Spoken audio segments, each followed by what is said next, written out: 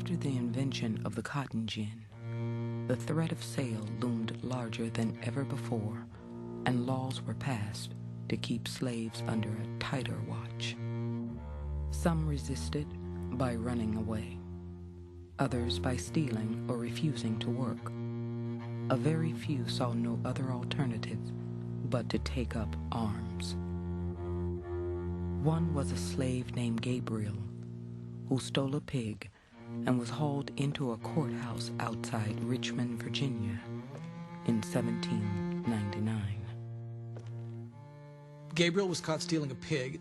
Instead of accepting the abuse, which of course every slave was supposed to accept, he threw the man to the ground, wrestled him to the ground, and bit off the better part of his left ear. That, of course, was a capital crime. Pig stealing was a common occurrence. Biting white people was something that it was not encouraged for black Virginians to do. Gabriel was convicted of attacking and maiming the white man who caught him. To deter others from such crimes, he was publicly humiliated, branded, and forced to spend a month in jail. As Gabriel sat in his cell, he decided that the time was right to organize the slaves of Richmond and strike against those who were holding them in bondage. The only time that slaves would have had any mobility without the most rigid observation of whites would have been on a Sunday, would have been at night. Religious gatherings could have, in some cases, provided an opportunity for people to meet. We must never forget that any kind of move toward liberation among blacks was a question of life and death. Like all revolutionaries, Gabriel seemed to have very little concern for violence and danger. He was 6'2", 6'3", in a time of relatively shorter men. He was a blacksmith, so he was a man of enormous strength. He was described as having scars on his face. He was missing most of his front teeth, and I suspect that came from mixing it up in the quarters with other slaves. He was a man who people instinctively tended to follow, and he apparently feared very little.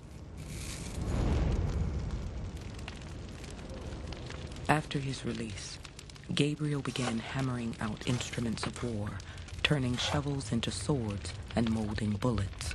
Through most of the year 1800, he recruited soldiers for a rebel army. All the whites were to be massacred, except the Quakers, the Methodists, and the Frenchmen, and they were to be spared on account of their being friendly to liberty. They intended also to spare all the poor white women who had no slaves. Ben Woolfolk, conspirator. Obviously, he was not a naive man. He realized that this would be black freedom born of white fear, not out of white magnanimity.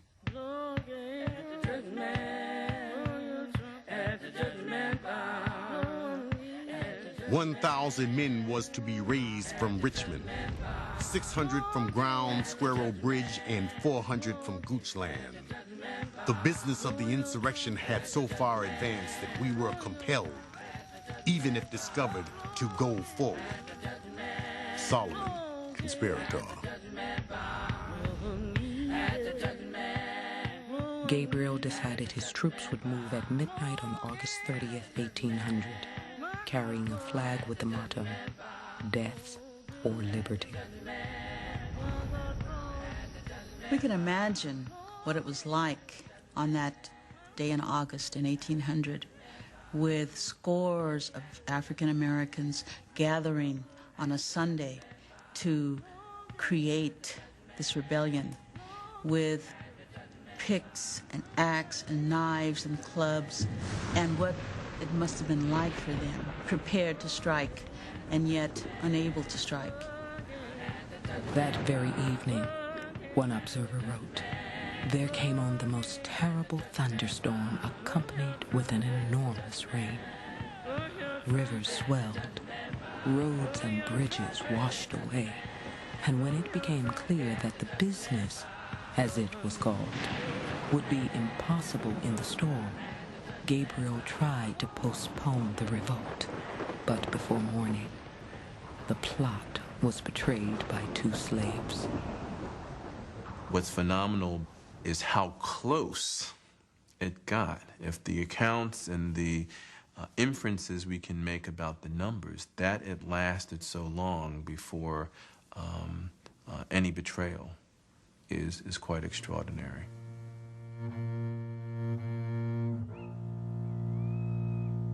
Gabriel went to trial on October 6th, 1800.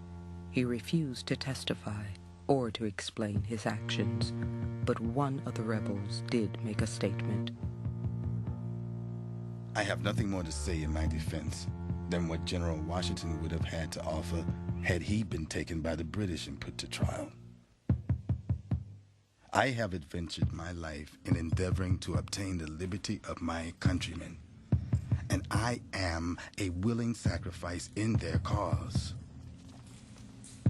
And I beg, as a favor, that I may be immediately led to execution. I know that you have predetermined to shed my blood. Why then, all this mockery of a trial?